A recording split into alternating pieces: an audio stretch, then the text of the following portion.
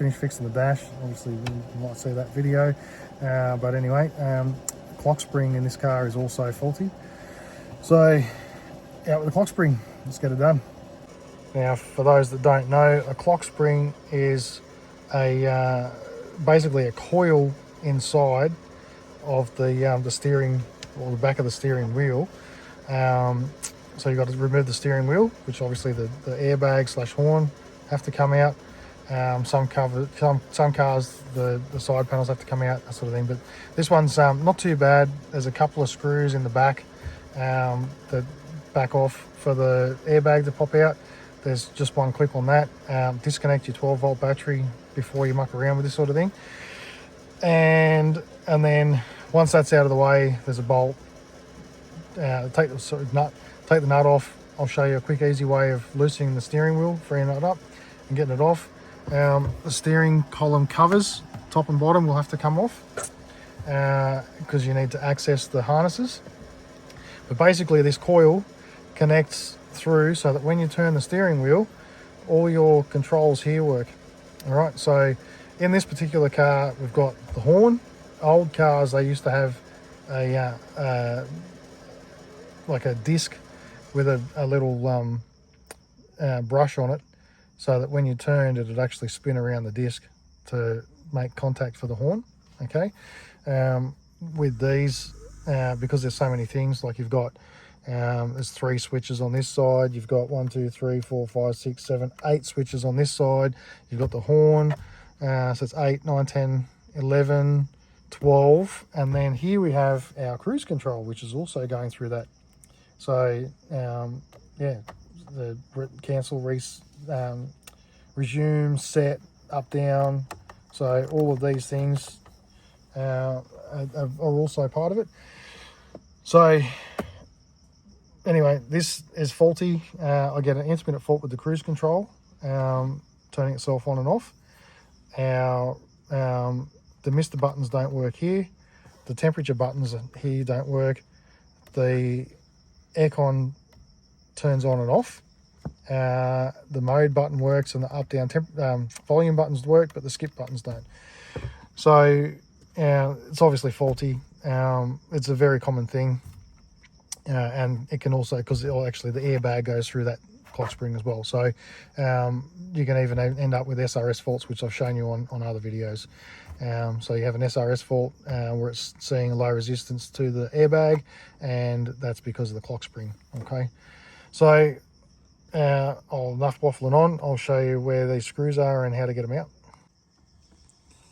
Okay, so on the back side of the steering wheel, there's a little cover plate that pop off, and see this big bad boy here. There's a T27 Torx. All right, undo that, and this is an encapsulation device. Okay, so you don't have to pull this bolt all the way out. Back it off until it's spinning, and then that'll hold it. And then likewise on the other side, that's where the stalk is.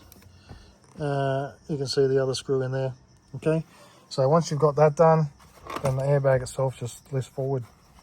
Pretty simple. All right, now this is a 2-stage airbag. So we've got 2 connectors. Okay, they can only connect to the same places anyway. And then this black connector up here is our clock spring.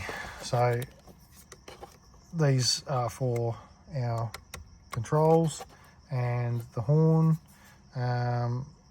Sorry, the horn's part of this down here. So we need to get all this disconnected. All right, I haven't disconnected the battery yet, so I'm going to go do that. Pop these airbag connectors out, pull the airbag out of the way, and then disconnect these. From that point there, we can get to our bolt here, sorry, the nut for the steering. So you want to make sure that the steering wheel is straight. It's not currently straight. All right, so we just I'm going to mark the center of the shaft, just so I know where it's going to line up. All right, but because you don't want to put it all back together and then drive off down the road. If it's just one tooth out, you're going to notice it. It's pretty terrible. Alrighty, so, but as you can see, we don't need to undo any of this other stuff here. It's just those 2 bolts, airbag pops out, don't do these clips. And then we just need to take the top and bottom covers off, okay? Underneath here, well, I don't know for sure, quite honestly, but most cars, the top will pop off. So there might actually be screws in here. Let's have a look. Okay, with these airbag plugs, you just pop the little clip up in the middle. All right, use a pick or a screwdriver or something. All right, and then that's what the locking point is. Okay, and then the rest of it can just pop off. All right, I'm going to put the phone down because I need to catch the airbag. Alrighto, so we've got our digger. Neighbours are going to love this, but it's a 19mm.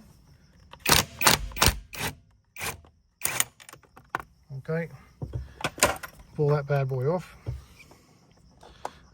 You can, so I'm going to mark this at the moment, so I've got a point here to a point of reference, okay?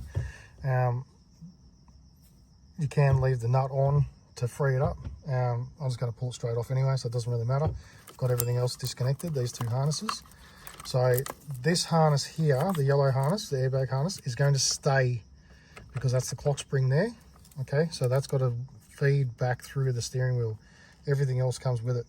Okay, so I'll grab a texter and I'll mark this up, and then I'll show you. But basically, the easiest thing to do is put your knees against the bottom of the steering wheel, pulling it forward, and then just with the sides of your hands or the palms of your hands, rattle on either side of the steering wheel. Just yeah, one hand on one side, the other hand on the other side, bang, bang, bang, bang, bang, bang, bang, alternating, and then you'll see it just pop straight off 99% of the time. Okay, so hopefully you'll be able to see it, but just, that's it, done. Comes off. You've got a mark in the top here, and a mark on the shaft. That's out of the way, and then you can see here, I was right, there's 2 screws behind it. So you don't need to go pulling anything around and whatever. So obviously we can see here we've got access to our clock spring. So this is the clock spring, and inside there is basically a ribbon cable. So we're going to take these 2 screws off, pop this out. There's connectors down the bottom. Unplug them, and then we're ready to pull that one out and put our new clock spring in.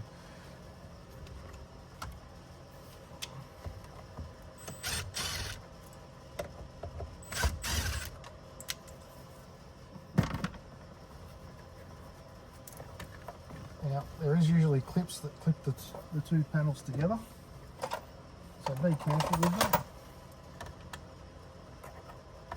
You don't want to break any of the shit.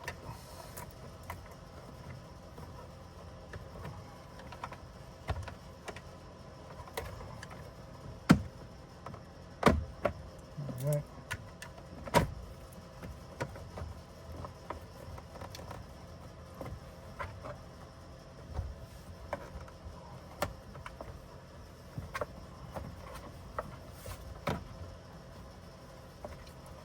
So 2 harnesses. You've got the main harness, and then you've got the SRS harness. These have got funny clips on them. It's got like a little push clip in the bottom. Okay, and I don't know if that's it for this. And then sometimes there's a screw. This time it looks like there's just 2 clips that will pop down like so. Get the right spot.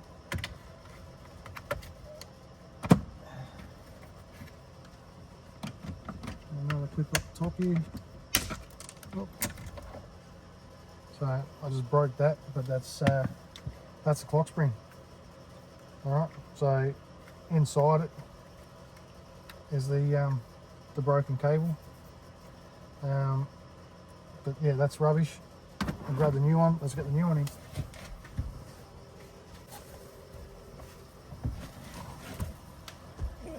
make sure you can actually see what's going on. Okay, so here's our new clock spring. You can see you've got a tab here, okay?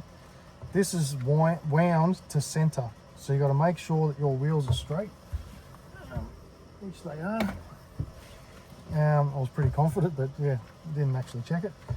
So we need to check that that's the same as this, and the connectors are the same. They're all going to fit, top and bottom and everything. Okay, so that's all good. Basically, we're going to fit this, and before we pull the steering wheel, put the steering wheel back on, then we're going to pull this connector out. Okay, some of them have a tab that just breaks off, whatever. So this one here, I'm going to plug in first, because it's a lot easier to see the connectors and plug them in. All right, and then there's locating points. Here's a locating point.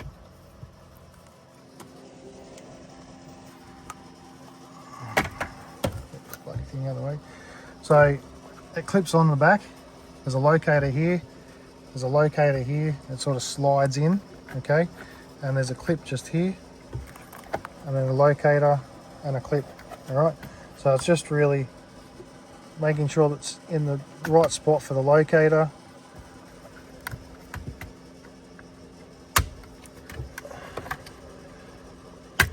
And if it's all good, it'll just clip in, okay? That's it. All right, that's all locked on. So, pretty bloody simple. Now this can go back together, and it's already plugged in, so we're done on that side, okay? That just needs to go through the steering wheel. That needs to get popped out, reassemble. Pretty bloody simple, really, isn't it? I mean, these things cause so many dramas with so many people, and it's really just an absolute piece of piss to replace. All right, I'll set you back up and we'll keep on going. All right, so that's in.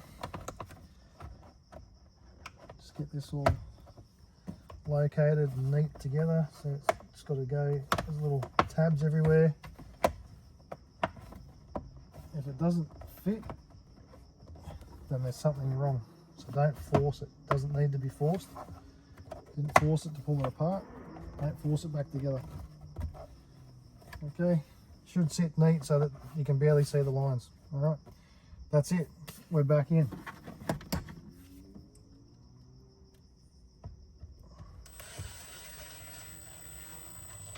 Now screws back in. And we're ready for the steering wheel.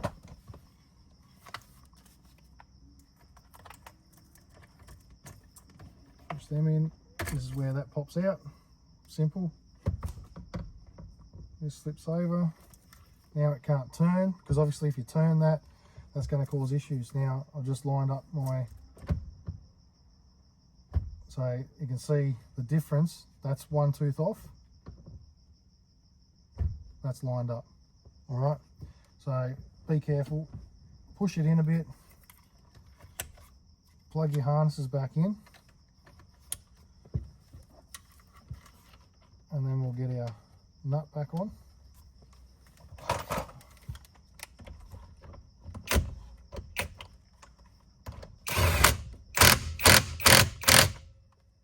Sorry neighbours. And then we're ready for our airbag. Okay, so we're all back together. Let's lock that back in. Airbag, put the negative on first. All right, little earth there. And then this is the scariest part, is disconnecting and reconnecting airbags. Make sure that the little clip is up before you try and push it in, because that will cause you issues. All right, once it's in, pop the clip down. Likewise.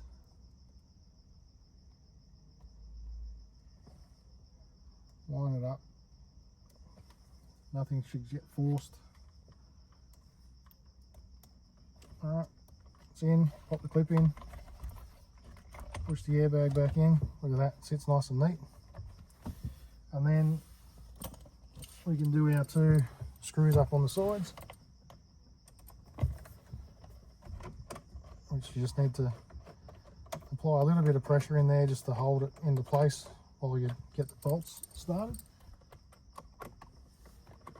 But everything should line up.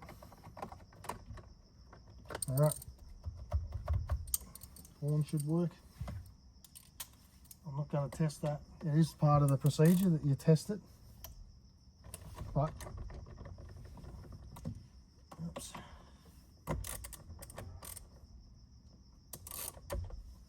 It's like 10 o'clock at night here. I've already pissed the neighbours off by using the rattle gun, so let's not.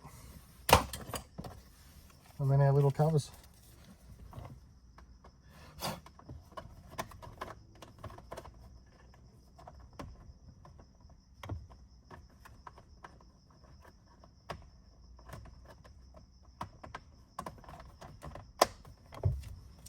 So that one, this one here slips over the top of the cruise control stalk.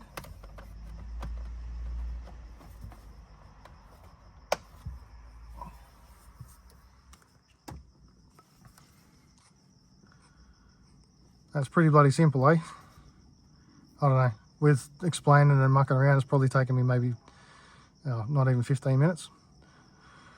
Okay, so not a big job. It can cause dramas and is pretty simple to fix. I think I paid $35 maybe for this part, so you know it's not a bank breaker. But yeah, I'm going to get it all fire up and make sure all these controls work now. Okay, temperature controls are working, so that's good. Aircon off on button's working. I might have to program that actually because I didn't have that programmed, but the mode button's working, volume buttons are working.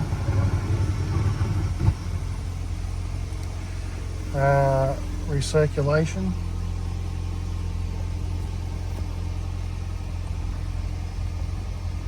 See there, recirculation's working. Oh, rear demister's working, front demister's working, yeah buddy. And then we'll see if our cruise turns on. Oh, look at that, cruise works. Heck yeah. All those functions for 30 bucks. You know, 30 bucks, just get it done. It's 15-20 minutes tops if you don't know what you're doing. I've told you what spanner sizes and everything you need, so you don't need to go finding anything. Just grab the right stuff, get it done. Piece of piss, mate. Like, don't sacrifice having these extra features and controls. They're there for safety and convenience. So yeah, just do it.